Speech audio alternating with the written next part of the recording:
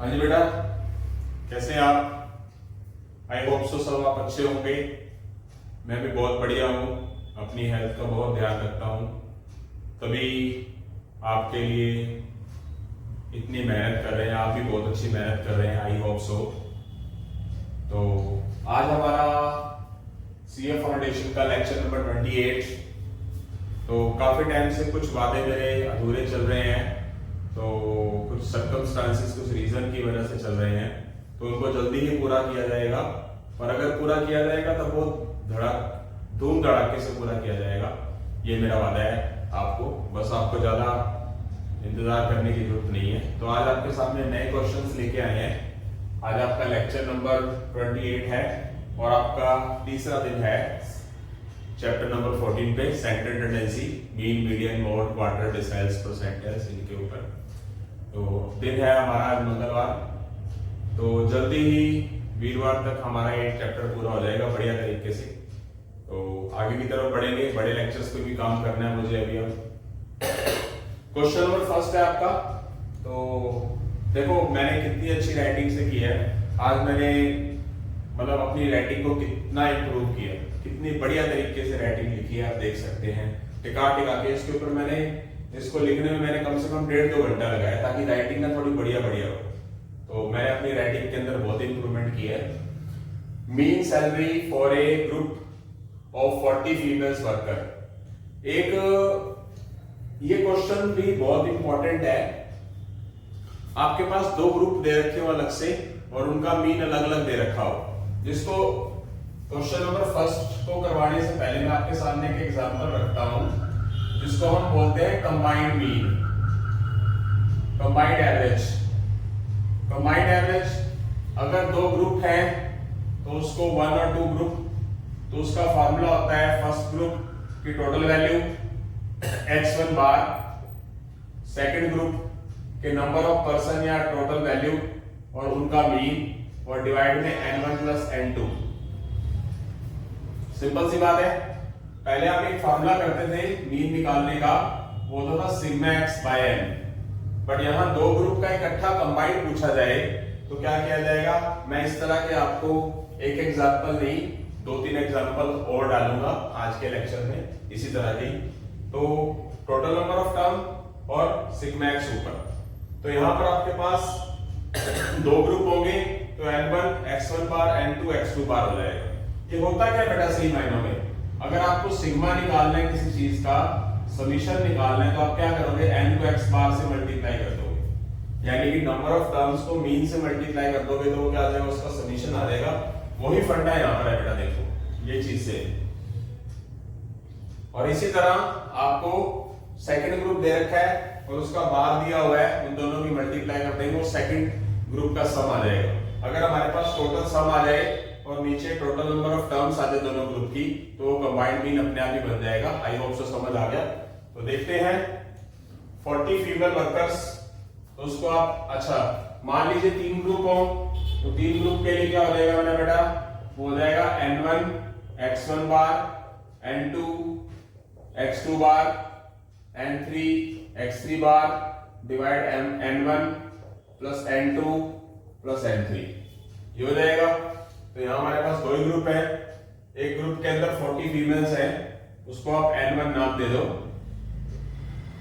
उनका जो mean salary है पर मंथ वो x1 बार हो गया, x1 बार 5200, and that for group of 60 male worker. Male worker को नाम n2 दे दो। उनका जो मीन सैलरी है उसको x2 बार दे दो 6800। इन्होंने पूछा क्या? Combined mean. तो कंबाइंड मीन में आपके पास 2 ही ग्रुप है, इसके अंदर फॉर्मूले के अंदर पुट कर दीजिए, आपका आंसर आ जाएगा। 40 into 5200 66,800 bye n1 plus n2। n1 plus n2 इसकी मल्टीप्लाई कर दीजिए, ये हो जाएगा हमारा 208 और 3 zeros 68 6 3 zeros और ये 100 हो गया। ये आ जाएगा हमारा 2,08,000 4,08,000। ये हो जाएगा 6,60,000, 61,60,000, 16,000। ठीक है, बाय में 100, 20 कैंसल, 6,160।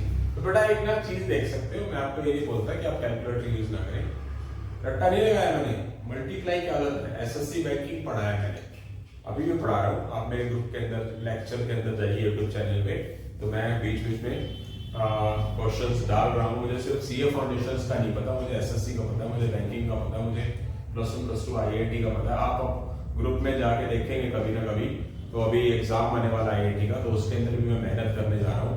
मतलब बहुत कुछ करना, अकेली जानू करने का बहुत मन है।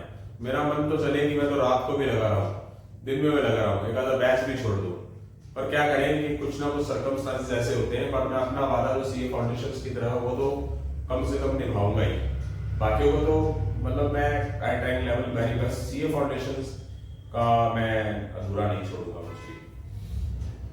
तो मल्टीप्लाई फंडा 52 4 जा 208 और ये 30 लगा दी, 68 6 जा वो होता 408, ये 30 लगा दी। वो हमें पढ़ के याद हो चुका है बेटा साहब। तो ये हमारा क्या आ गया, ये सैलरी आ गई उनकी, मीन सैलरी, मतलब ये क्या है, कंबाइंड मीन है। आई होप सो समझ आ गया होगा। मैं आगे वाले क्वेश्चंस करवाने से पहले ना फर्स्ट क्वेश्चन जैसे 1-2 क्वेश्चन और यहाँ लिख रहा हूँ ताकि आपको समझ आ जाए। आई होप सो सबको समझ आ गया होगा बेटा। आगे की तरफ बढ़ेंगे अभी।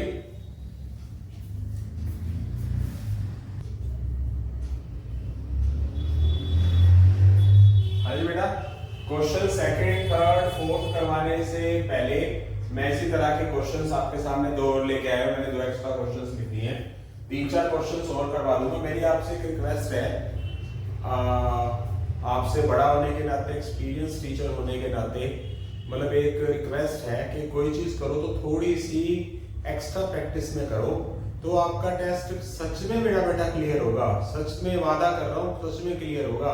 ये नहीं कह रहा कि आप मेरा चैनल देखेंगे तो ही क्लियर होंगे। मैं एक सिर्फ इंसानियत के नाते आपको एक एडवाइस दे रहा हूँ कि आप अगर थोड़ा सा हर एक चीज पे एक्स्ट्रा काम करेंगे तो आपका टेस्ट डेफिनेटली क्लियर होगा। ठीक है, तो जैसे कि इस तरह के क्वेश्चन कंबाइंड मीन वाले मैंने 2 और लिख दिए, इसलिए कि ताकि आपको प्रैक्टिस हो जाए। 2-3 क्वेश्चन और लिखूंगा ताकि वो तो रट ही जाए, पता ही लग जाए। तो मैं सबसे पहले क्वेश्चन नंबर 5 करवाने जा रहा हूँ।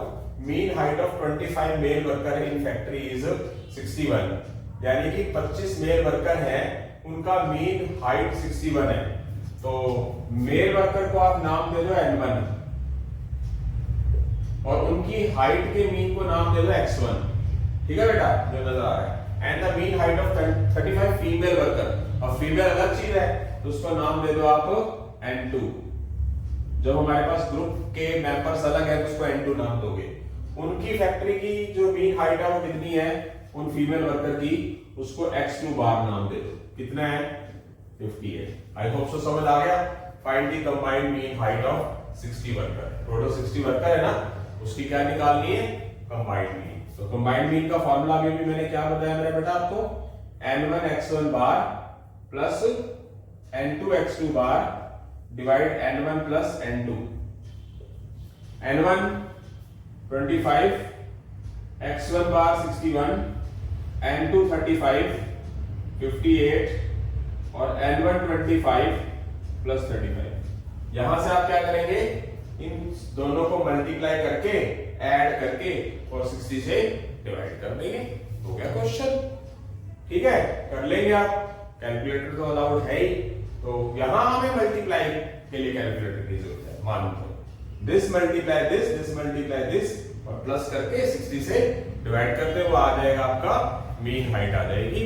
तो मैं यहाँ पर आंसर सीधा लिख भी देता हूं ताकि आप बाद में टैली कर सको। इसका आंसर है 59.25, ताकि आप चेक कर सको कि हमारा क्वेश्चन गलत तो नहीं हुआ कहीं।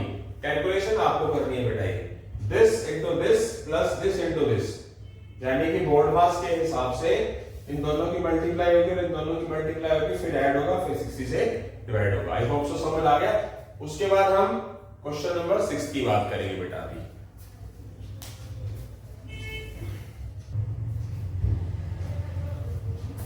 हाँ जी बेटा, क्वेश्चन नंबर 6 इसी टाइप का ही। तो अच्छी मुहिम शुरू करी हुई है मैंने तो देखते हैं वही कंबाइंड मीन वाली। Mean ways of 100 workers in factory running 2 shifts, मतलब 100 वर्कर काम करते हैं फैक्ट्री में, टोटल वर्कर दे रखे हैं, वो 2 शिफ्ट में काम करते हैं 60 और 40 में, यानी कि एक शिफ्ट के अंदर 60 वर्कर हैं, तो नंबर ऑफ वर्कर को क्या नाम दोगे क्वेश्चन नंबर 6। एक शिफ्ट के अंदर 60 है तो N1, दूसरी शिफ्ट के अंदर 40 है तो N2, ठीक है। और उनका जो 100 वर्कर्स का जो टोटल मीन है, 100 वर्कर्स का 60 और 40 का मीन दे रखा है, क्वेश्चन चेंज कर दिया है, क्वेश्चन को पढ़ने का कष्ट करें कि उनका कंबाइंड मीन अब की बात दे रखा है, लैंग्वेज पढ़े। पूरी फैक्ट्री के अंदर 100 वर्कर है 60 और 40 के अंदर, उन पूरा सब का मीन दे रखा है 38, ठीक है। 60 और 40 का अलग अलग नहीं, वो तो बात की बात है।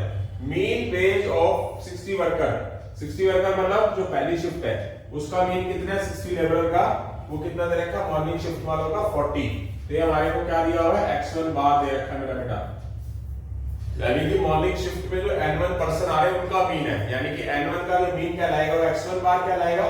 तो पूछा क्या, find the mean of 40 workers, जो 40 वर्कर्स है उनका मीन पूछा है, तो 40 वर्कर सेकंड शिफ्ट है, तो सेकंड वर्कर का सेकंड शिफ्ट का मीन पूछा है हमारे को।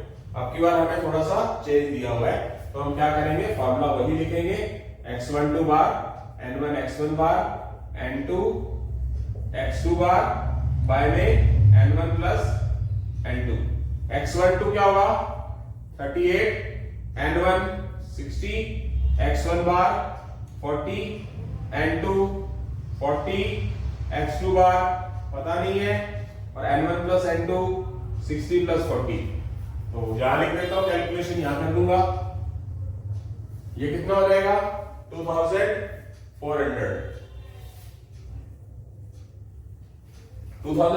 आ गया। तो आगे 2400 40 x2 bar divide 100 cross multiply, 38 को 100 से मल्टीप्लाई, 2400 40 x2 बार, ये 2400 उठाकर इधर ले जाओ,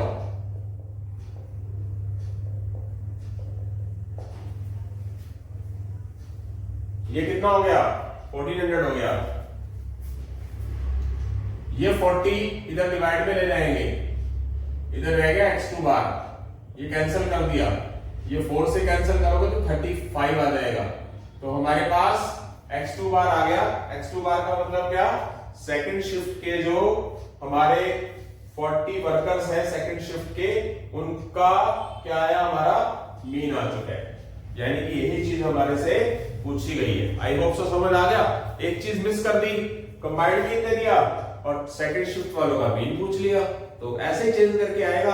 और आपको कंबाइंड मीन का फॉर्मूला इसी बने रट भी गया, रट गया। तो मतलब इसी से समझते हैं फॉर्मूलाज याद ऐसे नहीं होंगे एक सवाल करके, फॉर्मूला याद होंगे एक ही टॉपिक के 8 10 12 सवाल करके, फिर बात बढ़ेगी। और उसके बावजूद भी रह जाता है ना, ब्लॉग मार देना परमानेंट चैनल मेरा, परमानेंट ब्लॉग गारंटी है। पर अगर किसी शख्स ने बात को समझ लिया सही तरीके से और जनवरी के टाइम तक बढ़े रहे, तो मई वाले तो अपने आप खींचे चले आएंगे सारे कि बहुत कुछ डालना है। जनवरी का खत्म होने के बाद मैं रुकने वालों में से नहीं हूं, अब रुकूंगा नहीं जब तक भगवान ने सांस दी है ना। अगर भगवान ने उम्र बढ़ाए रखी तो मीटर खींच के रखूंगा पूरा बढ़िया। तो इसी तरह के 2-4 क्वेश्चन और लेके आ रहा हूं ताकि आपकी पूरी तसल्ली हो जाए।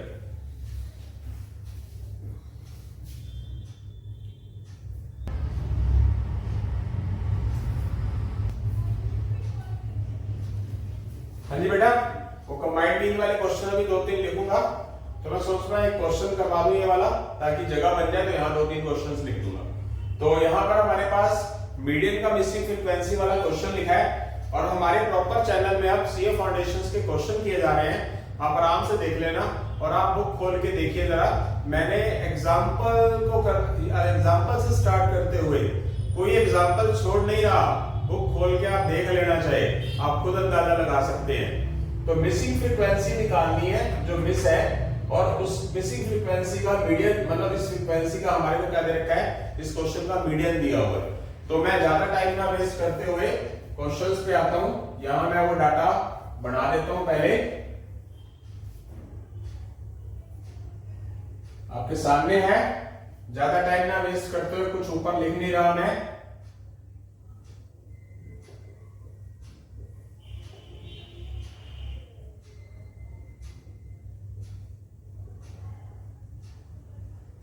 फाइव 8 क्वेश्चन मार्क को मैं एक्स नाम दे देता हूं, 6 3।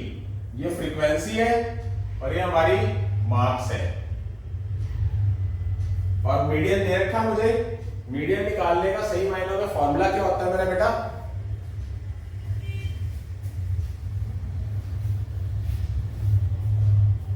मीडियन निकालने का फॉर्मूला मैं यहां लिख रहा हूं दोबारा से, अब तक आपको याद भी हो चुका होगा। Median is equal L1 plus n/2 minus CF/F into I। ठीक है, तो आप देख सकते हैं मीडियन हमें 23 दिया भी हुआ है। सबसे पहले आप कॉम्बिनेटिव फ्रीक्वेंसी निकाल लीजिए, C.F क्या होती है कॉम्बिनेटिव फ्रीक्वेंसी, फर्स्ट वैसे ही, और चेन के तौर पे ऐड करते जाओ, 5 + 8 13, 13 + x 13 + x, 13 + x + 6 19 + x, 19 + x + 3 22 + x। जैसे कि हमारे को क्या दिया हुआ है, इसकी टोटल वैल्यूज दी हुई है, टोटल वैल्यूज होनी चाहिए, लिखी है कि नहीं लिखी? एक मिनट, इसकी टोटल वैल्यूज लिखी नहीं हुई है, चलो कोई बात नहीं, देखते तो जरूरत नहीं है वैसे बात। मीडियन दिया क्या हुआ है, मीडियन है हमारा 23। जैसे कि मैंने आपको एक बात बताई थी कि मीडियन उसी के अंदर आएगा जिसके इंटरवल के बीच में आंसर उसी इंटरवल के बीच में आएगा आंसर जो इंटरवल हमने L1 में लिया है। तो अगर ये 23 लिया है, बात को समझना है, ये 23 मीडियन जो है वो किसके इंटरवल के बीच में है, इनके। तो यही से हमारे को हिंट मिल गया, ये हमारा L1 होगा, ये हमारा F होगा, और एक जस्ट ऊपर उससे क्या होता है मेरा बेटा, CF होता है। आई होप सो समझ आ गया होगा।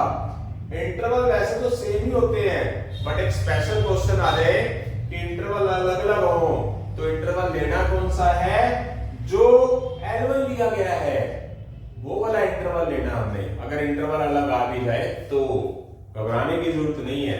तो L1 यहां पर क्या लिया जाएगा, 20। अब n/2 की बात आती है, नंबर ऑफ टर्म्स क्या नजर आ रही है, नंबर ऑफ टर्म्स तो होनी चाहिए हमारे पास, यार लिखी नहीं है क्या, नंबर ऑफ टर्म्स लिखी होनी चाहिए, लिखी नहीं है, लिखी ही नहीं है नंबर ऑफ टर्म्स, सिर्फ सीधा मीडियन मार्क्स दे दिया।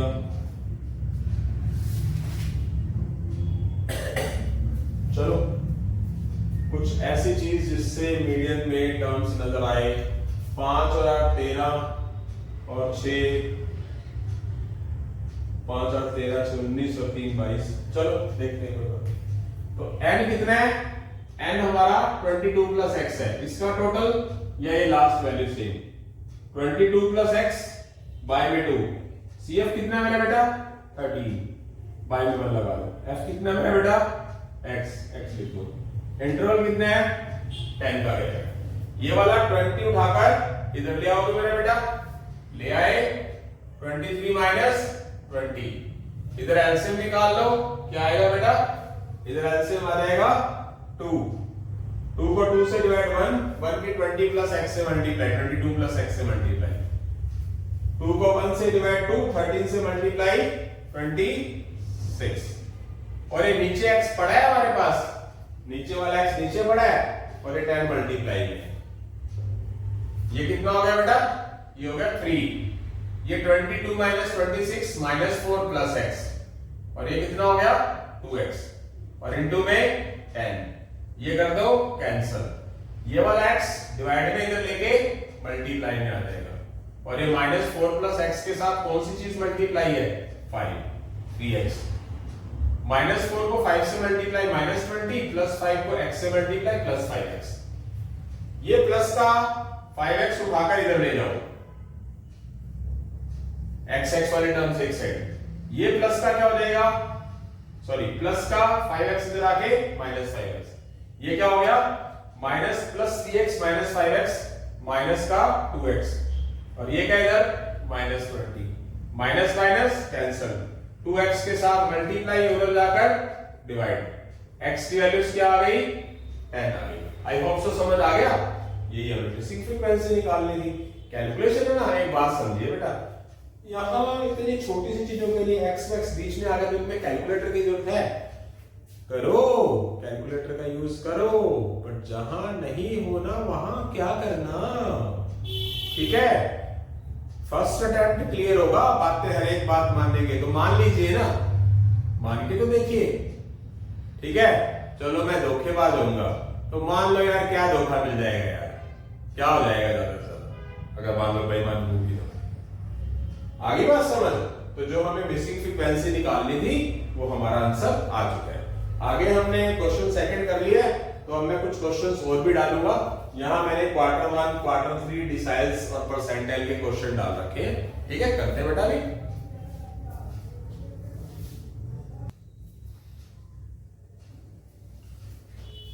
आपके सामने कंबाइंड एवरेज मीन के मैं 3 क्वेश्चंस और लेके आया हूं, 7th 8th और 9th। पूरा निचोड़ निकाल दूंगा, पूरा टेंशन रखने की जरूरत नहीं है। अभी मैंने क्वेश्चन नंबर 3rd और 4th पेंडिंग इसलिए रखा है कि एक तरह के क्वेश्चंस मेरे पास है। मेरे पास खजाना बहुत है बेटा, बहुत सारा खजाना है मेरे पास, बहुत सारे बुक्स है मेरे पास। तो देखते हैं, क्वेश्चन नंबर 7 की तरफ बढ़ते हैं। सबसे पहले क्वेश्चन नंबर 7 करवाऊंगा, ये 9th भी लिखा हुआ है। क्वेश्चन नंबर 7 की तरफ बढ़ेंगे। Mean monthly salary paid to all employees in certain company was 600। क्या पूरी के पूरे एम्प्लॉइज का पता नहीं कितने हैं, उनकी जो सब की एवरेज है वो कितनी है, वो दे रखी है 600, यानी कि जिसको हम क्या बोलते हैं, कंबाइंड मीन दे रखा है। Mean monthly salary paid to male and female employees क्या दे रखी है, मीन मंथली सैलरी मतलब x1 बार दे रखा है हमारे को 620 और x2 बार दे रखा है 520। आप देख सकते हैं। Find the percentage of male and female employees, male और फीमेल एम्प्लॉइज ही नहीं दे रखे, तो उनको हम क्या मान लेंगे, मेल एम्प्लॉइज को हम क्या मान लेंगे, N1 मान लेंगे, और फीमेल को क्या मान लेंगे, N2 मान लेंगे। ओके, तो इस क्वेश्चन को करने के 2 मेथड है, और पूछा क्या गया है, percentage, find the percentage of male and female employees in company, यानी कि कितने परसेंट मेल और कितने परसेंट फीमेल वर्कर हैं कंपनी के अंदर। तो इस क्वेश्चन को करने के 2 मेथड्स हैं, तो आप दोनों को क्या मान लीजिए, N1 और N2 मान के करिए। जैसे कि आपको फॉर्मूला तो मेरा बेटा पता ही है, फॉर्मूला होता है हमारा N1 x1 बार और N2 x2 बार, N1 प्लस N2, x1 2 क्या आ गया हमारे पास 600, N1 की जगह N1 ही रहने दो, x1 बार की जगह 620, N2 की जगह N2 ही रहने दो, x2 बार की जगह 520, N1 प्लस N2 ऐसे ही पड़ा रहने दो। इसको क्या कर दो, क्रॉस मल्टीप्लाई, क्रॉस मल्टीप्लाई करो। यहां लिख रहा हूं जगह की कमी की वजह से, 600 को N1 से मल्टीप्लाई, 600 N1, 600 को ही N2 से मल्टीप्लाई, 600 N2 इक्वल में क्या हमारे पास 620 N1, 520 N2। आप N1 N1 एक साइड कर दो, N2 N2 एक साइड कर दो, तो ये वाला 620 N1 उठाकर इसके साथ ले जाओ, 600 N1 620 N1 माइनस का हो जाएगा, ये 520 N2 इधर पड़ा है, इसको उठाकर उधर ले जाओ, ये कितना हो गया -20 N1, ये कितना हो गया -80 N2, माइनस माइनस कैंसल, ये N1 N2 एक साइड कर दो, या तो N1 के डिवाइड में N2 ले लो या N2 के डिवाइड में N1 ले लो। जब आप N1 के डिवाइड में N2 लेके जा रहे हो तो फिर कांस्टेंट टर्म जो है वो उठाकर दूसरी साइड ले लो, ये कितना हो गया 4:1, N1 और N2 का रेशो आ चुका है 4:1। और जिन स्टूडेंट्स ने परसेंटेज बहुत बढ़िया तरीके से किया हुआ है वो परसेंटेज को तो, जिसके पास मैथ था +1 +2 में और 10th में मैथ अच्छा था, उसका फर्स्ट अटेम्प्ट में क्लियर होना चाहिए। पर शर्त यह है कि उसकी इकोनॉमिक्स और अकाउंट्स भी अच्छी हो ना। लो तो नया सब्जेक्ट हो गया, लो तो नया है मान लेता हूं, बाकी 3 सब्जेक्ट्स तो बड़े होते हैं लगभग, ठीक है। तो ये इसकी परसेंटेज निकालनी है, तो इसका परसेंटेज N1 की परसेंटेज निकालने का फॉर्मूला क्या होता है, रेशो वाला चैप्टर मैंने आपको कराया है। अगर आपको N1 की परसेंटेज पूछी गई है, जिसकी पूछी गई ऊपर, सम ऑफ रेशो नीचे और इनटू में क्या किया जाता है 100। आप क्या करते थे, पार्टनरशिप का क्वेश्चन करते थे, आपने पार्टनरशिप किया भी होगा, सैक्रिफाइसिंग गेनिंग रेशो, रेशो के अकॉर्डिंगली जिसकी वैल्यू निकालनी है वो ऊपर, सम ऑफ रेशो नीचे, इनटू में परसेंटेज बनाने के लिए 100। तो 80% क्या हो गया हमारे पास N1 है, यानी कि फीमेल वर्कर है। तो अंडरस्टूड सी बात है, निकालने की जरूरत नहीं है, बाकी बचे क्या हो गए 20% फीमेल हो गई। फिर भी अगर आपको निकालना है तो बता देता हूं, मतलब जिसका वैल्यू निकालनी है, N2 की वैल्यू निकालनी है, N1 4 है, N2 1 है, और जिसकी वैल्यू निकालनी है ऊपर और सम ऑफ रेशो नीचे, इनटू में 100, क्या हो गया बेटा, ये आ गया 20%। अब इसी क्वेश्चंस का मैं आपको दूसरा मेथड भी अभी करवाने जा रहा हूं, इसको रब करके, ठीक है बेटा।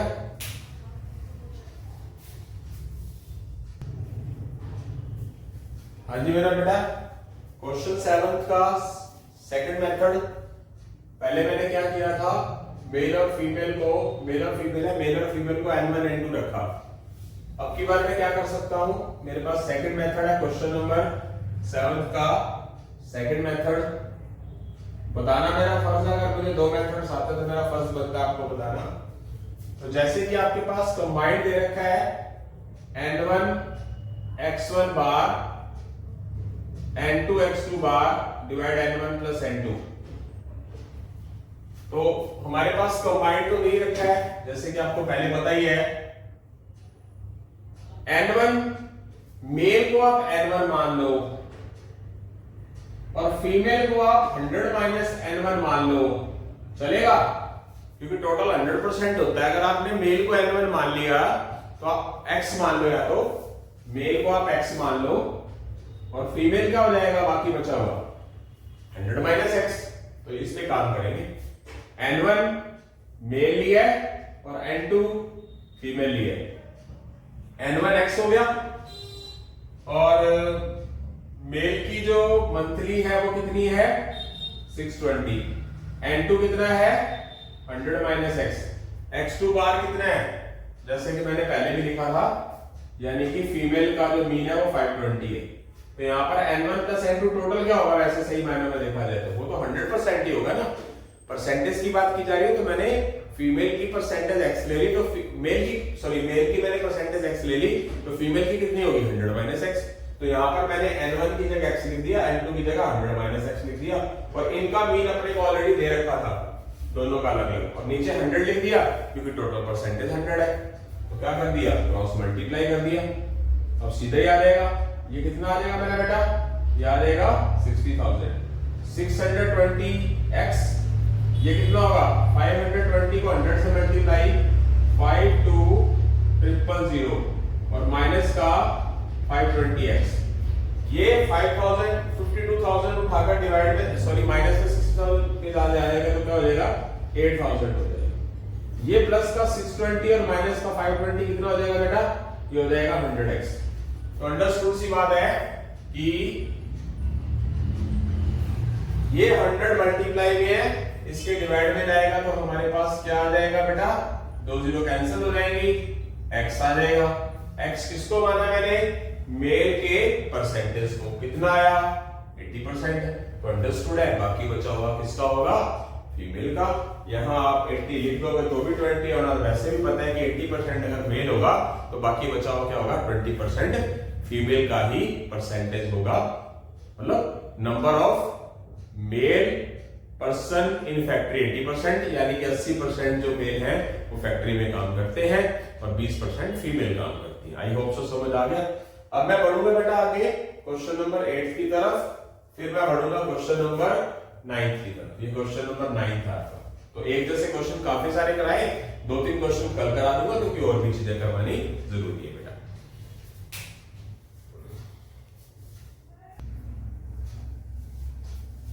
हाँ जी बेटा, इसके बाद आपके पास इसी तरह का question, a book seller has 150 books of economics and accountancy. हमारे पास 150 बुक्स किसकी है? टोटल इकोनॉमिक्स और अकाउंटेंसी की। Average price of these books is 40 rupees per week. ठीक है, जो एवरेज प्राइस है these books 40 rupees per week. Average price of books on economics is 43 and that of accountancy is 35. Find the number of books on economics with seller. क्या? अब देख लेते हैं। A bookseller has 150 books in economics and accountancy. इसका meaning हमें N1 plus N2, question number 8 लिख रहा हूं, वो हमें टोटल दे रखा है 150। टोटल बुक्स है इकोनॉमिक्स और अकाउंटेंसी की। तो average price of these books किसका? Average price of these books मतलब दीज बुक्स यानी कि टोटल की टोटल सभी का जो एवरेज प्राइस है वो कितना है हमारा? 40 रुपीज है। सबका ही दे रखा है, इसका मतलब कंबाइंड नहीं दे रखा है। उसके बाद average price of books on economics. Economics अगर मैं इकोनॉमिक्स को N1 मान लेता हूं, N1 इकोनॉमिक्स मान लेता हूं, तो X1 बार मेरा हो जाएगा 43। और मुझे क्या पूछा है? And that accountancy is 35. Accountancy 35 है मेरे पास। तो क्या पूछा? Find the number of books economics with seller। ठीक है, इकोनॉमिक्स के बारे में पूछा है कि नंबर ऑफ बुक्स कितनी होगी, यानी कि ये चीज पूछी गई है मेरे से। तो ये भी वही नाम है N1 पर N1 N2 दोनों पता है वैसे हमारे को टोटल। तो क्या किया जाएगा? आई होप सो समझ आ गया होगा। फॉर्मूला लिखेंगे N1 X1 bar N2 X2 bar divide N1 plus N2। X12 बार 40, N1 पता नहीं है, छोड़ दो। X1 बार 43। अगर N1 प्लस N2 150 है तो N2 की वैल्यू क्या आ जाएगी? N1 भाग उधर ले जाओ, 150 minus N1, X2 bar 35। I hope so समझ आ गया होगा। N1 प्लस N2 दोनों 150 है। N1 मैंने N1 ही रखा, N2 की वैल्यू निकालने के लिए मैं क्या करूंगा? N1 को उठाकर दूसरी साइड ले जाऊंगा, तो मेरे पास N2 की वैल्यू 1। वही मैंने पीछे वाले क्वेश्चन में मेल को x लिखा और दूसरा 100 माइनस x लिख दिया। वहां तो चलो 100% के लिए था, यहाँ तो वैल्यूज दे रखी है टोटल। तो N1 प्लस N2 टोटल क्या है बेटा? 150 है। यहां से आप क्रॉस करो, क्रॉस करके 150 को 40 से मल्टीप्लाई करो, कितना हो जाएगा? 6000। ये आ जाएगा 43 N1। ये 35 को 15 से मल्टीप्लाई करो, 0 लगा देना। फिर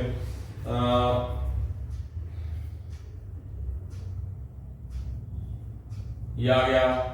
और 35 को N1 से मल्टीप्लाई, 35 को 150 से मल्टीप्लाई करेंगे तो आएगा हमारा 5250।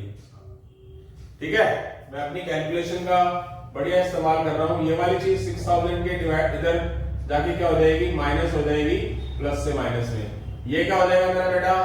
ये 43n प्लस का 35n माइनस का तो क्या बच जाएगा? प्लस का 8n1। ये कितना हो जाएगा हमारा? 750 आ जाएगा। ये 8n1 के साथ मल्टीप्लाई इधर आके क्या हो जाएगा? डिवाइड में हो जाएगा। इसको कैंसिल कर दीजिए। कुछ गलत हो गया, मिस्टेक नहीं है, मिस्टेक नहीं है हमारी। 750 मिस्टेक एक बार देखता हूं, मिस्टेक कहां मिस्टेक रही? 1 मिनट।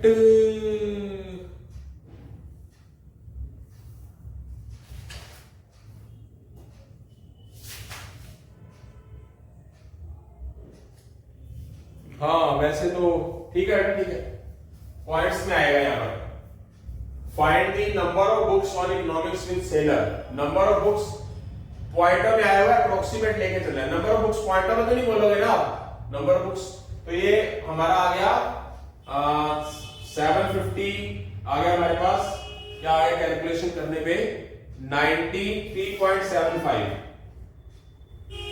ये हमारे पास number of books on economics with seller आ गई, तो 93.75। तो इसको क्या बोलेंगे? अप्रोक्सीमेटर 94 बुक्स। आई होप सो समझ आ गया। सेम क्वेश्चन है, क्लियर हो गया होगा। ठीक है, तो अब हम अगले 9th क्वेश्चंस यहां में लिख देता हूं, दोबारा रब कर दिया था। क्लियर हो गया होगा ये सभी को? आगे की तरफ बढ़ेंगे फटाफट।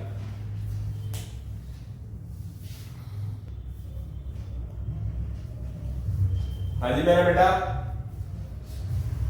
आज का जो लेक्चर है वो किस चीज के ऊपर है? ज्यादातर क्वेश्चन किसके नजर आ रहे हैं? कंबाइंड मीन के। कंबाइंड मीन के मैं क्वेश्चन आज इधर ही रोक दूंगा।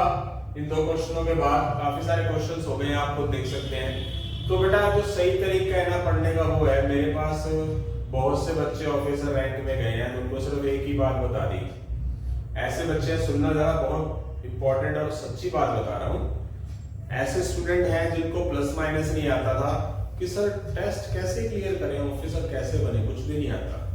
तो उनको बोला कि सबसे पहले बेसिक पे काम करो, सिर्फ 2-3-4 घंटे पढ़ो, सिर्फ 2-3-4 घंटे पढ़ो, बेसिक पे काम करो, थोड़ा करो, slow and steady wins the race. सबसे पहले बेसिक पे काम करो, 2-4-5-6 महीने, साल लगने कोई दिक्कत नहीं है। ये मत सोचो कि मैं साल होगा, बना नहीं। और क्या करो, दिन रात मेहनत करो बाद में। उसके बाद कुछ बच्चे मैं छांट लेता हूँ, मतलब I thanks for God of Saraswati माता, विद्या की देवी है, उनमें से मुझे कुछ सिंसियर और अच्छे बच्चे लगते हैं। तो आज तक मैंने उनको नाइट में बॉयज को बिठाकर नाइट स्टडी करवाता हूँ। यानी कि करते तो वो खुद है, कुछ थोड़ा बहुत करवा दिया, मैं अपने नोट्स बना लेता हूँ। तो बस उनको एक बात बता दी, डे नाइट मेहनत करो। अगर तुम गवर्नमेंट जॉब पे नहीं पहुंचे तो अपने टीचिंग लाइन के दम पे, मान लो तुम टीचिंग लाइन में चले गए तो तुम भूखे नहीं मरोगे, कम से कम टीचिंग लाइन के अंदर तुम अपना अच्छा सब्जेक्ट पकड़ लो। तो कुल मिला के क्या है कि मेरा आपको समझाने का मेन मकसद है कि आप सिर्फ और सिर्फ मेहनत पे काम करोगे। ये सोचोगे यार होगा नहीं होगा, पता नहीं क्या होगा, तो हो गया काम, फिर कुछ नहीं होगा। तो मैंने आज आपको एक ही टॉपिक के 8-10 क्वेश्चन करवा दिए, खुद ही सोचिए जरा, ठीक है? और भी कराऊंगा कल मैं कंबाइंड मीन के साथ, कुछ और भी क्वेश्चंस लेके आऊंगा। मेहनत करिए मन से। मैंने अपना तजुर्बा बता दिया आपको कि ऐसे ऐसे बच्चे पढ़ के ऑफिसर रैंक पे गए जिनको प्लस माइनस भी नहीं आता था। तो चलते आगे। If the average marks obtained by students of section A and B of BCom class in flawless are 40 and 30, ठीक है? क्या पूछा है? Whereas the number of students in section A and B, हमें नंबर ऑफ स्टूडेंट्स सेक्शन मतलब पता ही नहीं है। अच्छा, the number of students in section A and B 60 and 40, number of students they रखे हैं और उनके बीकॉम सेक्शन ए और बी के जो एवरेज मार्क्स है वो दे रखे हैं, और हमें क्या करना है, कंबाइंड मीन निकालना है। आपके सामने सीधा क्वेश्चन नजर आ रहा है, बहुत ही सिंपल सा क्वेश्चन है ये तो, बिल्कुल simple question. n1 x1 bar n2 x2 bar divide n1 plus n2। तो मैं यहां लिख देता हूं।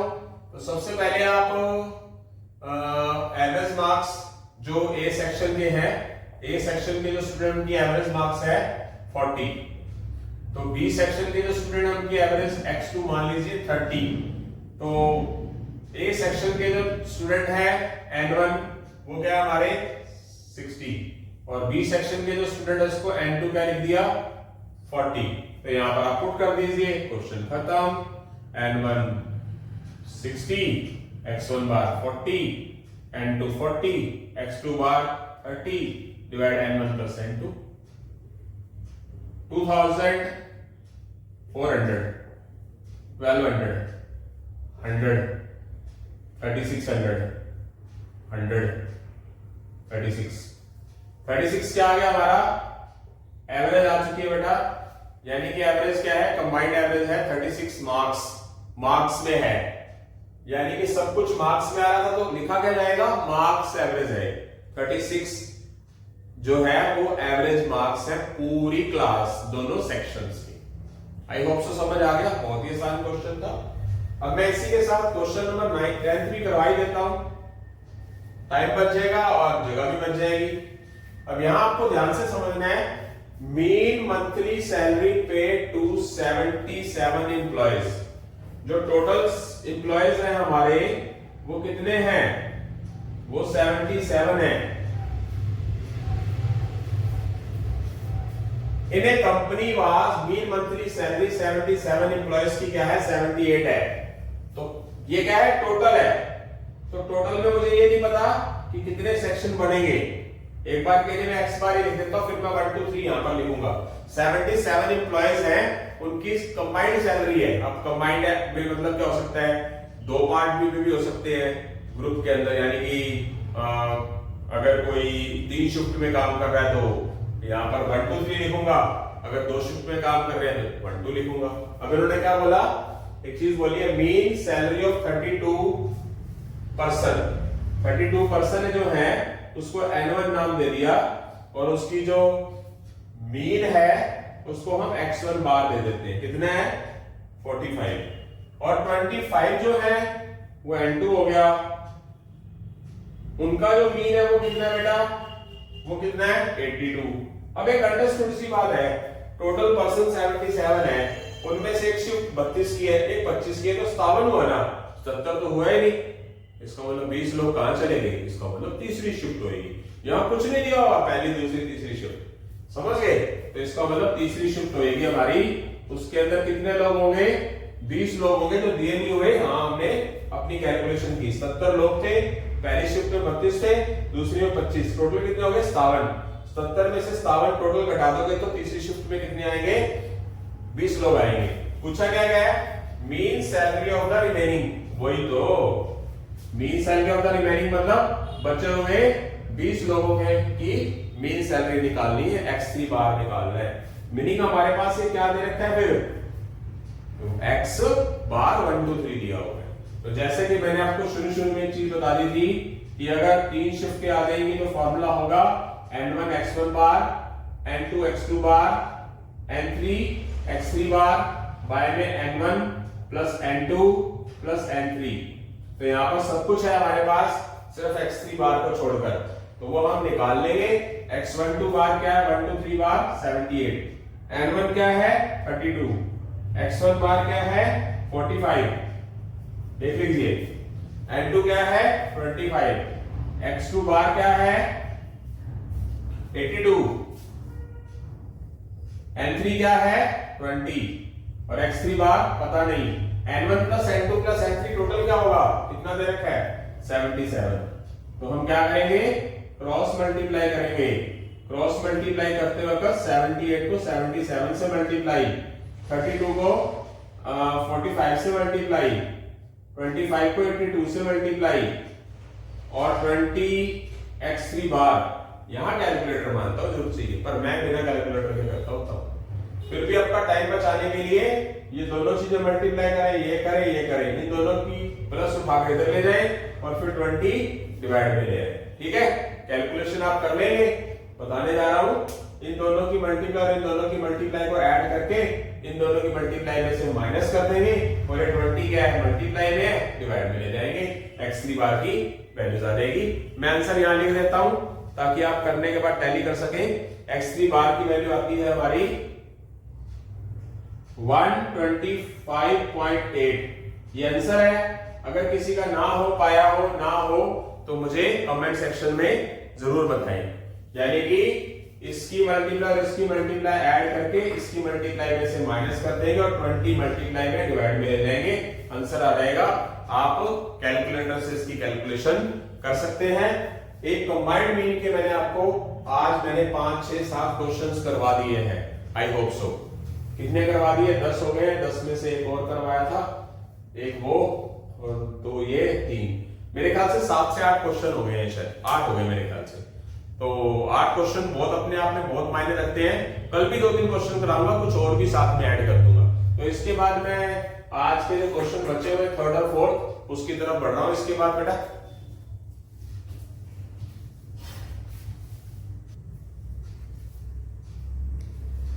हाँ जी बेटा, पहले हम क्वेश्चन 4th कर रहे हैं, फिर 3rd करेंगे। आपके सामने क्या चीज निकालने के लिए बोला गया, Q1 Q3 डिसाइल 6 P85, इस तरह के क्वेश्चंस मैंने आपको कराए हैं। आपको मेरा पढ़ाने का तरीका पता चल गया कि मैं क्या चाहता हूं। हर एक चीज होगी, फॉर्मूले रट जाएंगे इसी बहाने आपके। तो आपको मैंने बताया कि ये जो चीजें हैं इसको हम क्या बोलते हैं, पार्टीशन वैल्यू। और इसका सीधा संबंध रिलेशन किससे है, इसका सीधा रिलेशन मीडियन वाले फॉर्मूला से है। कल वाले उसके अंदर मैंने वो पूरा का पूरा स्ट्रक्चर बना के बताया भी था। तो जैसे मीडियन के अंदर कॉम्पिटिटिव फ्रीक्वेंसी निकालनी जरूरी है, इस तरह क्वार्टर्स, डेसाइल्स, परसेंटाइल में भी जरूरी है, इसी का ही पार्ट है। तो कॉम्पिटिटिव फ्रीक्वेंसी होती है स्टार्टिंग यही, इसको ऐड करके लिखना, इसको इसके अंदर ऐड करके लिखना, इसको इसके अंदर ऐड करके लिखना, इसको इसके अंदर ऐड करके लिखना, इसको इसके अंदर ऐड करके लिखना, और इसको इसके अंदर ऐड करके लिखना, और इसको इसके अंदर ऐड करके लिखना, और इसको इसके अंदर ऐड करके लिखना। यस, कॉम्पिटिटिव फ्रीक्वेंसी होती है। अगर आप इनका टोटल करोगे 3 4 7 12 24 34 41 46 48 और 50, इनकी जो वैल्यूज आएगी उसको हम सिग्मा एफ भी बोल सकते हैं, एन भी बोल सकते हैं। इसकी लास्ट वैल्यू के हमेशा इक्वल होती है क्योंकि वो चेन के अकॉर्डिंगली बनता, तो टोटल ये जोड़ी है वो तो। और इसके अंदर जो आपने सबसे पहले क्या निकालना है, 4 चीजें निकालनी है। तो मैं यहाँ बहुत सही तरीके से लिख के बताता हूँ आपको। क्वार्टर 1 निकालने का फॉर्मूला ये बताया हुआ है। ये कौन सी सीरीज चल रही है मेरा बेटा, कौन सी सीरीज चल रही है बेटा, ये इंडिविजुअल सीरीज नहीं है, डिस्क्रीट सीरीज है। डिस्क्रीट सीरीज जिसमें एक्स और फ्रीक्वेंसी वगैरह दे रखी होती है। और ऑलरेडी जो एक्स है ये क्या है, असेंडिंग ऑर्डर में नजर आ रहा है, तो असेंडिंग ऑर्डर बनाने की जरूरत हमें नहीं है। टोटल नंबर ऑफ टर्म हमारी क्या है, 49 है। तो हम क्या करेंगे, यहाँ 49 + 1 करके क्या कर देंगे बेटा, क्या निकल जाएगा, 50/4। तो ये जो 50/4 है इसको कैलकुलेट करेंगे तो क्या आएगा हमारा 25/2, 12.5 टर्म।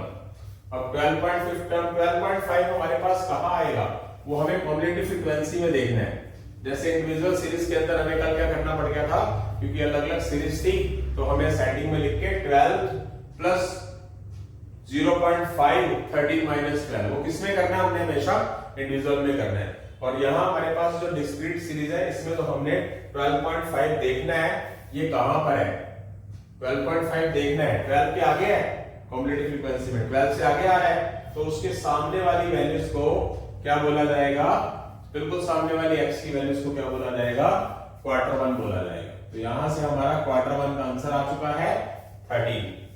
12.5 किधर लाई करता है, 12 से आगे लाई करता है, तो उसके सामने वाला जो होगा वो क्वार्टर 1 कहलाएगा। इसी तरह क्वार्टर 3 का फॉर्मूला क्या होता है, 3 ब्रैकेट n + 1/4 टर्म। तो क्या हो जाएगा, वही चीज 49 + 1/4, 50/4। कैंसिल करने पे आप क्या कर सकते हो, कैलकुलेटर यूज जरूर कर सकते हो। 2 से कैंसिल किया, यह आया 75/2। 75/2 का मतलब 37.5 टर्म। 37.5 कहां नजर आएगा बेटा, 34 के तुरंत बाद किसमें इंक्लूड हो जाएगा, 41 में। ये कौन से नंबर पर है हमारे पास, 1 2 3 4 5 6, 1 2 3 4 5 6, क्या आ जाएगा, ये आ जाएगा हमारा 15। मतलब ये इसके लिए था, इसके लिए, इसके लिए, इसके लिए, इसके लिए।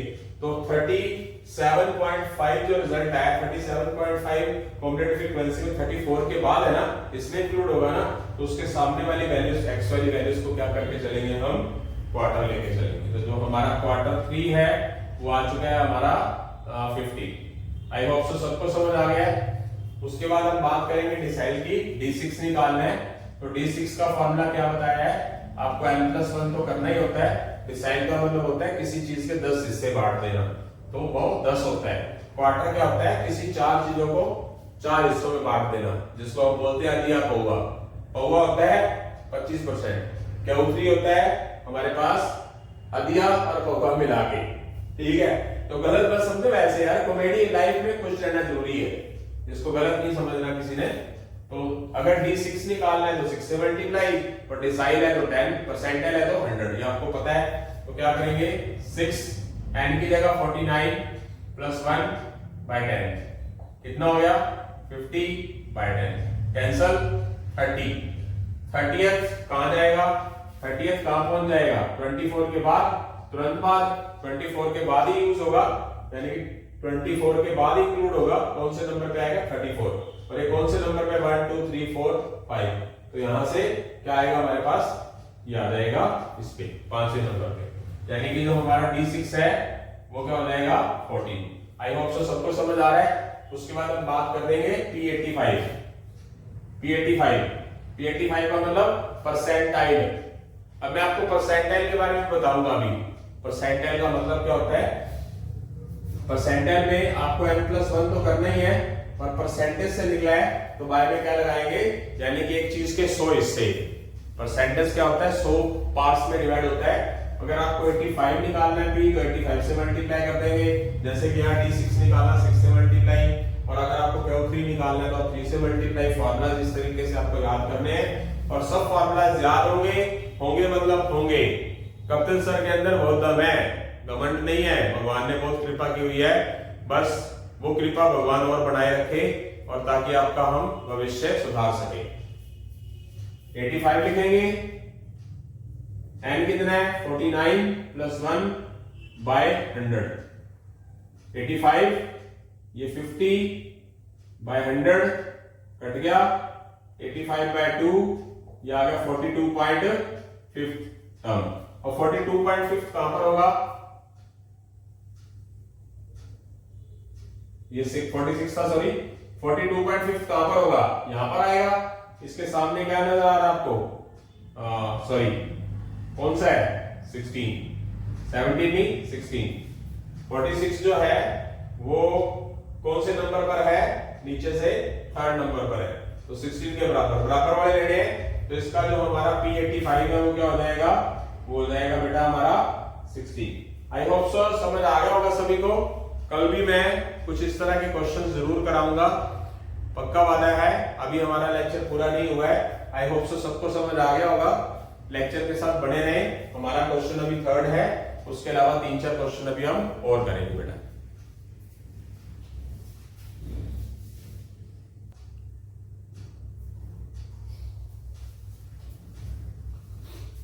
हाँ जी बेटा, क्वेश्चन नंबर 11, 12 और फिर उसके बाद 3rd क्वेश्चन जान करके नहीं करवा रहा, मैं करवाऊंगा ये भी इसलिए करा रहा हूँ कि ये क्वेश्चन जो छोटे छोटे हैं थोड़ा सा मतलब कवर अप हो जाए, आपका कॉन्फिडेंस लेवल बिल्ड हो जाए। आपके सामने कौन सी सीरीज आ चुकी है इस टाइम? फिर दोबारा मैंने एक सीरीज का क्वेश्चन डाला है। कौन सी सीरीज का? इंडिविजुअल सीरीज का। उसमें मुझे Q1 मिसाइल 6 और P85 82 निकालना है। तो इंडिविजुअल सीरीज के लिए क्या करना पड़ेगा? सबसे पहले उसको असेंडिंग ऑर्डर में लिखना पड़ेगा। तो क्वेश्चंस मैं यहां करा रहा हूं। क्वेश्चन नंबर 11, तो सबसे पहले इसको क्या करो? असेंडिंग ऑर्डर में लिख दीजिए। असेंडिंग ऑर्डर के अंदर सबसे पहले छोटी वैल्यू क्या नजर आ रही है आपको? 50। इसके बाद 56, उसके बाद 65, उसके बाद 75। यस, 2 बार है तो 2 बार लिखना है। उसके बाद 80 के बाद 82 के बाद 90 के बाद 120 के बाद 130। इससे क्लियर भी हो जाएगा आपको कि हमने सही तरीके से लिखा कि नहीं। ठीक है, तो इसके अंदर कितनी वैल्यूज है मेरा बेटा? 3, 6, 9 और 10 वैल्यूज हैं, यानी कि n है हमारा 10। तो यहां अगर हमने क्वार्टर निकालना है Q1, तो फॉर्मूला क्या होगा? n+1 bye 4th term. पता होगा आपको 10+1 बाय 4th 11 बाय 4th।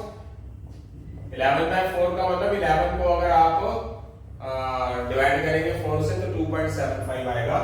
तो सेकंड टर्म तो पूरी की पूरी होती है प्लस 0.75। 2.75 किसके बीच में होता है मेरा बेटा? पूरा 3rd और 2nd के बीच में। तो यहां लिखा जाएगा 0.75 multiply 3rd minus 2nd। Second term कौन सी होगी? 56। 0.75 third term 65, second term 56।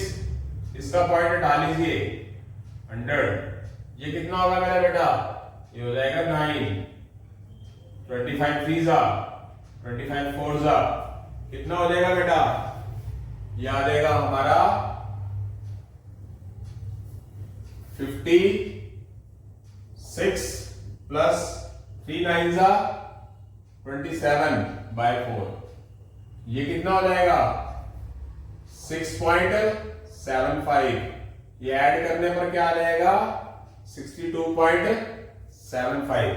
Answer tally कर लेता हूं, आया कि नहीं? यस बेटा, बिल्कुल एग्जैक्ट है। आप अपनी बुक उठा सकते हैं। आज मैंने कुछ क्वेश्चन एक्स्ट्रा डाले हैं। ये सीए फाउंडेशन का ही है, ये सीए फाउंडेशन वाली बुक का ही है, ये सीए फाउंडेशन वाली बुक का ही है। 4-5 क्वेश्चन मैंने कंबाइंड मीनिंग वाले एक्स्ट्रा करवाए हैं। आप बुक में से उठा के एग्जांपल एक्सरसाइज कोई भी चैलेंज करता हूं सभी को, कोई 2-4-5% को छोड़ के सारे के सारे क्वेश्चन कराए हैं मैंने। तो आगे समझ। उसके बाद चलते हैं बेटा आगे, हम क्या निकालना है D6 डिसाइल 6। डिसाइल 6 का फॉर्मूला ये होता है, आपको पता ही होगा।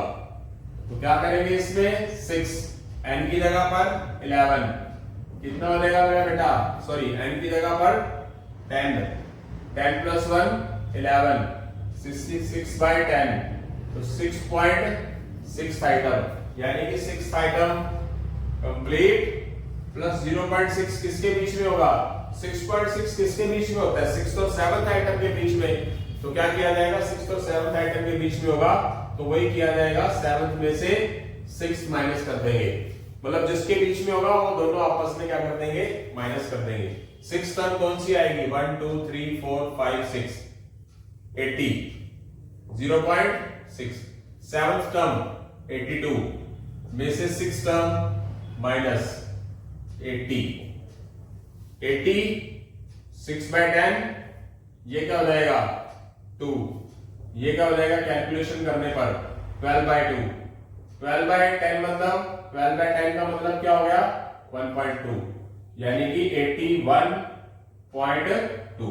ये आपका डिसाइल्स आ चुका है, चेक कर लेते हैं। गुड, यही है आंसर, सही है आपका। उसके बाद बात करते हैं हम आगे क्या, उसके बाद हम बात करेंगे क्या पूछा है P85 percentile 82 sorry n + 1 bye क्या करना है मेरा बेटा 100, क्योंकि परसेंटाइल के लिए 100 लगाते हैं हम। तो क्या करेंगे 82 and 10 + 1 by 100 82 11 by 100। तो कैलकुलेशन कर सकते हैं आप, 2 88 और 2 90 कितना आ जाएगा ये 9.02 9.02 2th आइटम 9th आइटम पूरी प्लस 0.2 कहां पर होगा 10th और 9th के बीच में आएगा।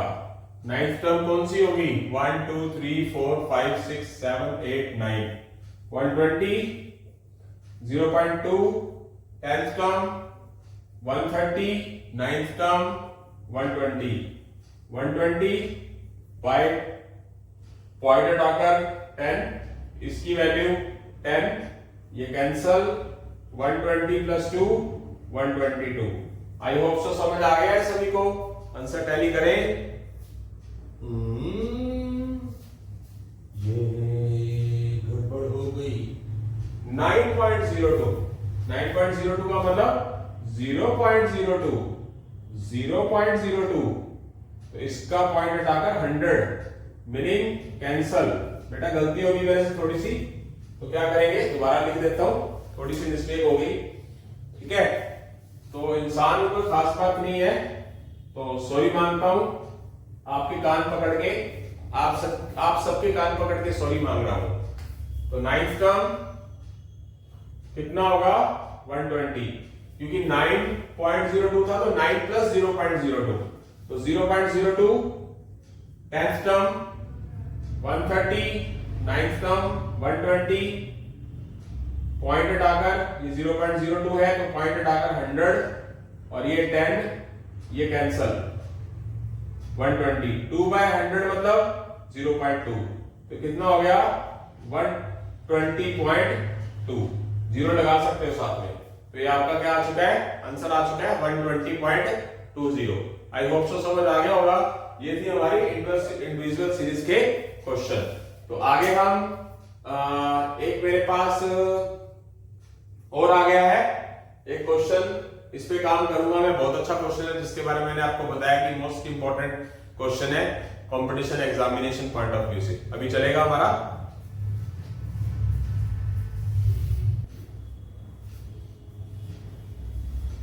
हाँ जी बेटा, आपके सामने एक मोस्ट इंपॉर्टेंट क्वेश्चन लेके आए हैं। काफी बार मैंने competition examination point of view से देखा है, क्वेश्चन आया है। तो जैसे कि मैंने आपको एक दो दिन पहले जैसे स्टैट स्टार्ट हुआ है तो मैंने एक क्वेश्चन बताया था आपको, अगर आपकी नॉलेज में हो तो, mode is equal 3 median minus 2 mean होता है। मोड को z बोलते हैं, मीडियन को m बोलते हैं और मीन को x बार बोलते हैं।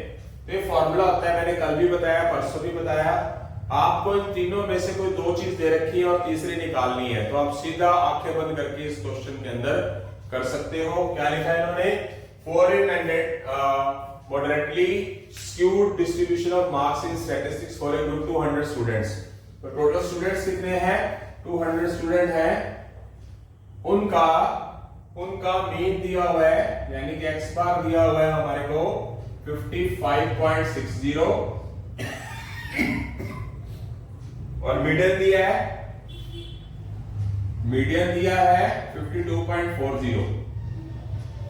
और हमें क्या निकालना है? मोड निकालना है। फॉर्मूले के अंदर पुट कर दीजिए, मीडियन की जगह 52.40 लिख दोगे और मीन की जगह पर आप 55.60 लिख दोगे। इसकी कैलकुलेशन कर देंगे, ये आएगा 157.20। ये करेंगे, ये आएगा हमारा 111.20। तो ये कितना हो जाएगा? 0.20 तो कट जाएगा, 57 में से 11 जाएगा तो ये हमारा बचेगा 46.00, यानी कि 46 इसका क्या आ जाएगा? मोड आ जाएगा। आंसर टैली कर लेते हैं, बिल्कुल सही है। Competition examination point of view से एक्स्ट्रा मोस्ट इंपॉर्टेंट क्वेश्चन है बेटा। फॉर्मूला भी पूछा जा सकता है, फॉर्मूला मोल्ड करके पूछ लेते, चीज एक ही याद रखनी है। फॉर्मूला ऐसे करके पूछ ले, ऑप्शन में लिख रखा हो 2x बार यहां ले गए, मीडियन इधर हुआ, मतलब इस चीज को इधर लेके आए, ऑप्शन में ये दे रखा है तो टेंशन नहीं रखनी। कहा जाए मोड, मीडियन और मीन का कंबाइंड फॉर्मूला, तो वही तो होगा। इसको उठाकर इधर लेके गए तो ये भी तो बन ही गया। या फिर क्या कर सकते हैं, इस 3 मीडियन को क्या करें, z को उठाकर उधर ले जाएं, -2x बार माइनस z, ये क्या हो जाएगा? -2x बार माइनस z/3। ये भी बढ़ गया। तो डरने की जरूरत नहीं, याद एक ही चीज की जाती है, रट्टा नहीं लगाया जाता। तो फॉर्मूला भी पूछ सकते हैं और फॉर्मूला से रिलेटेड क्वेश्चन भी पूछ सकते हैं। अच्छा क्वेश्चन था ना, और सच में एग्जाम में आता है। आप पिछले पेपर उठा के देख सकते हो बेटा, आपको पता चल जाएगा कि मैं कितना सही बोल रहा हूँ। इसके बाद हमारा क्वेश्चन रह गया बेटा, क्वेश्चन नंबर 3। आज का ये हमारा लगभग देखा जाएगा, देखते हैं क्या करना अगर टाइम लगे तो। वैसे लास्ट क्वेश्चन ही आज का हमारा, फिर अगले लेक्चर में आगे की तरफ बढ़ेंगे हम।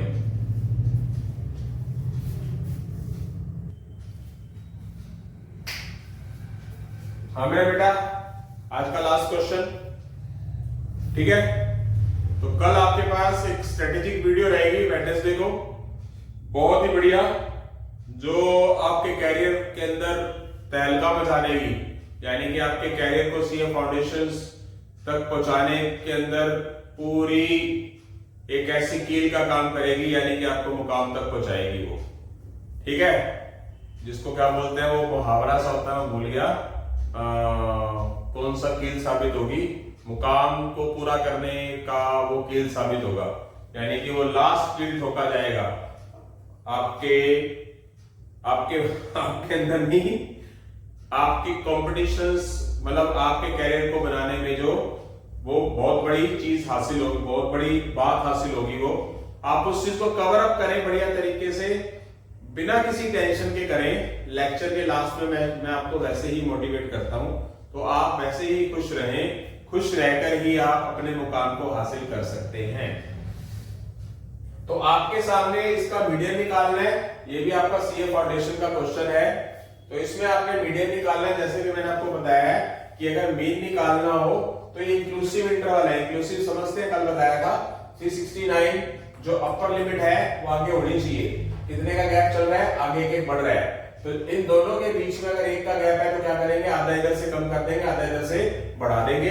वो मैंने काम कर दिया है सब में। तो फ्रीक्वेंसी लिख दी है, कॉम्बिनेटिव फ्रीक्वेंसी भी मैंने बढ़ा दी है ताकि टाइम बच जाए। 23 प्लस 38 61 61 प्लस दिस, पता होगा आपको, ऐसे ही करना है, ऐड करते जाना है।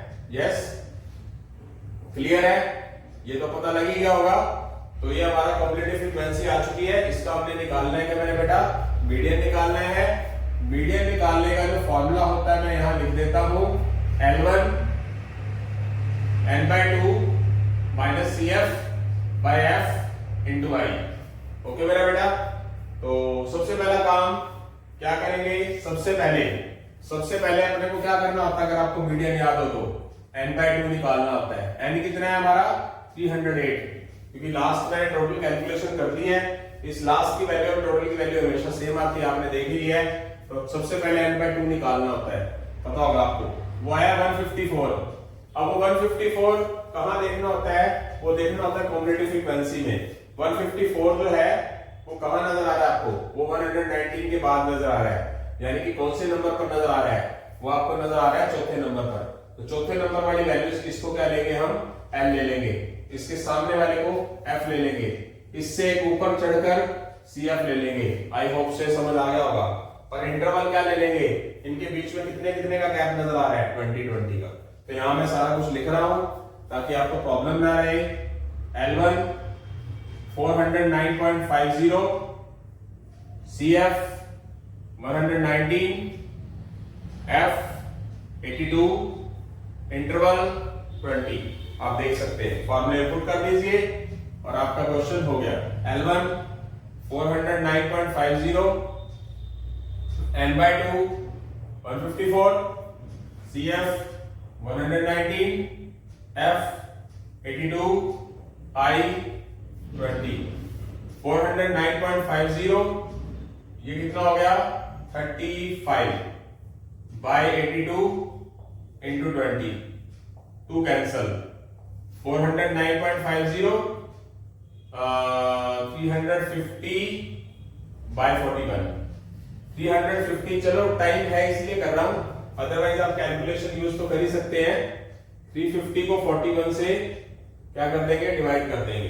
41 9 जा नहीं, 8 जा, 8 जा होगा 320, 22 0 5 205, 15 3 जा 123, 27 6 जा 246। ऐसे समझ सकते हैं बेटा। मैंने इसको क्या निकाला, मैंने इसको 3 डेसिमल प्लेस तक कैसे निकाला। अगर थर्ड डेसिमल 5 या 5 से बड़ा है तो उसका असर इस पे होता है, ये बढ़ जाता है तो ये कितना हो जाएगा 2 डेसिमल प्लेस के हिसाब से 8.54 हो जाएगा। तो 409 8 के साथ ऐड होकर 417 और 104 ये है 418.04। ये हमारा आंसर आ चुका है। तो मैं टैली करना पसंद करूंगा। बिल्कुल एग्जैक्ट निकाला है, आप अपने कैलकुलेटर पे चेक कर सकते हो। तो सर आप जीती जाती मिसाल, ये मैंने ये भी तो किया। अगर मैंने रट्टा लगा रखा होता तो आपकी बुक के अंदर ही डिवाइड किया होगा। ठीक है, एक बात और ध्यान रखना, एक मतलब एक एडवाइस है, टीचर होने के नाते नहीं, एक अच्छा दोस्त होने के नाते बोल रहा हूं कि आजकल पेरेंट्स को भी ना एक अच्छे दोस्त की तरह ट्रीट करना चाहिए बच्चों। ये मेरी उनको एडवाइस है, क्योंकि मैं बहुत बार बोलता हूँ जिनके पेरेंट्स थोड़ा सा उन पे गुस्सा करते हैं तो गुस्सा ना करो।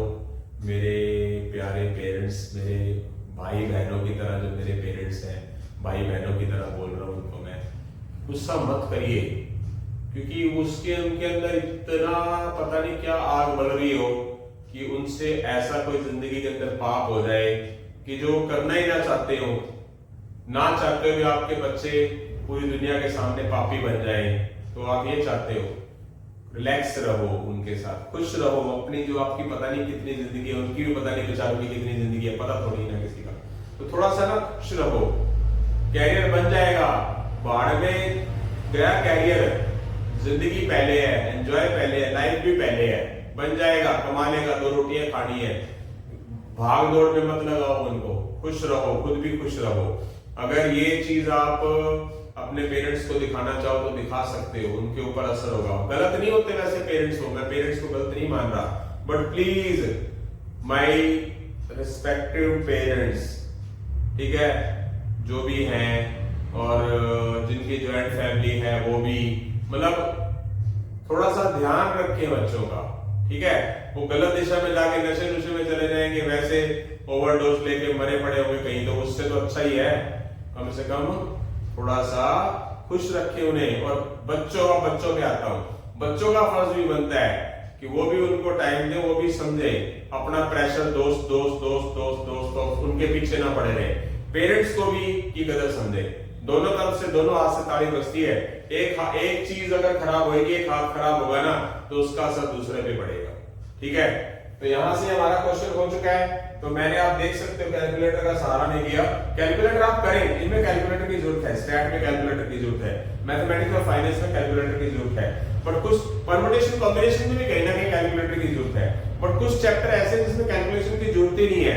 एक बार आप कंफर्ट जोन में प्रैक्टिस बना के तो देखो, आपको लगेगा कि कैलकुलेटर से पहले मैंने क्वेश्चंस कर लिया तो मैं अपना स्कोर आसानी से 50 तो कर ही सकता हूँ, ठीक है, मैं 70-80 तक भी लेके जा सकता हूँ। तो आज का जो हमारा लेक्चर है यहीं पर ही खत्म होता है। तो आज मैंने आपको काफी सारी चीजें बताई, कंबाइंड मीन के बारे में बताया, उसके अलावा कंबाइंड मीन के अलावा मैं रिवाइज करवाऊंगा। आज मंगलवार है, तो मैं चाहूंगा कि मेरा जो चैप्टर है सेंटेंस टेंडेंसी, चैप्टर नंबर 14, ये जल्दी ही खत्म हो जाए।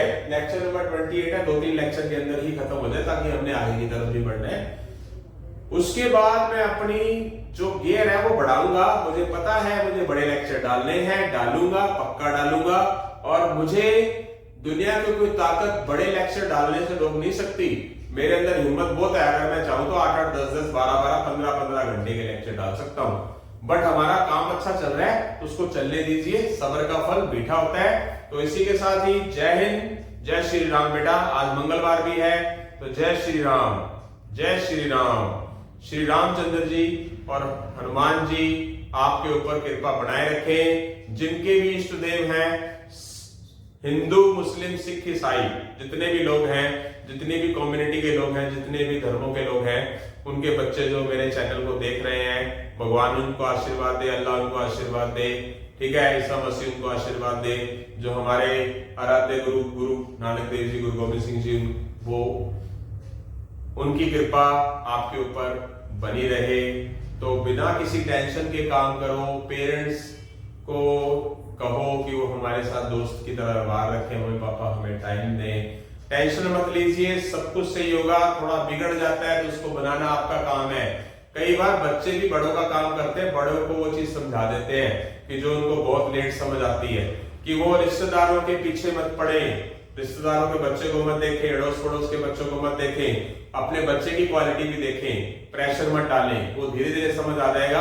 आप उनको, पेरेंट्स को भी आप उनसे इरिटेट ना हो, और पेरेंट्स को भी कोऑपरेट करना जरूरी है। जय हिंद बेटा, थैंक यू।